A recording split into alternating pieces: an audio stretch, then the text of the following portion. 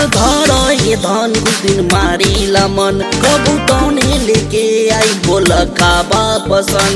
ए राजा जी जल्दी से आ जाइए। सबर धर ये धन कुछ दिन मारी लमन कबू तौने लेके आई का वापसन। फौजी के नौकरिया बा बुझते बारू हमके भी याद सतावेला। सुना पूर्वा पवन के झोंका रोज पिया हो जिया कुहकावेला। पूर्वा पवन के झोंका रोज पिया हो जिया कुहकावेला।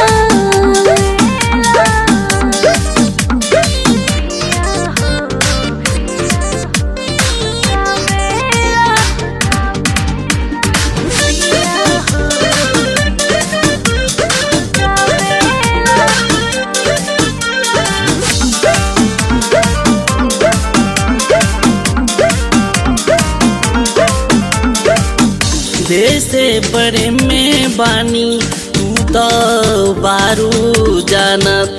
हाँ जी मन के मयूरा दिलवा नहीं खे मानत। नहीं आसा नहीं आके सहारा प्रीतिया बड़ी याद आवेला। सुना पूर्वा पवन के झोंका रोज पिया हो जिया कुहकावेला। पूर्वा पवन के झोंका रोज पिया हो जिया कुहकावेला।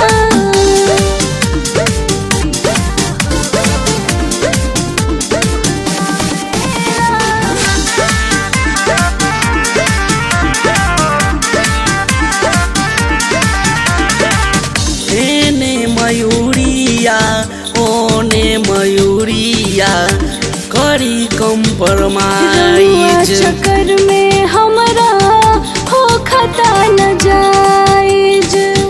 भूसा के थूकाई से नारू सटाई नहीं खे बतावेला। सुना पूर्वा पवन के झोंका रोज पिया हो जिया कुहकावेला। पूर्वा पवन के झोंका रोज पिया हो जिया कुहकावेला।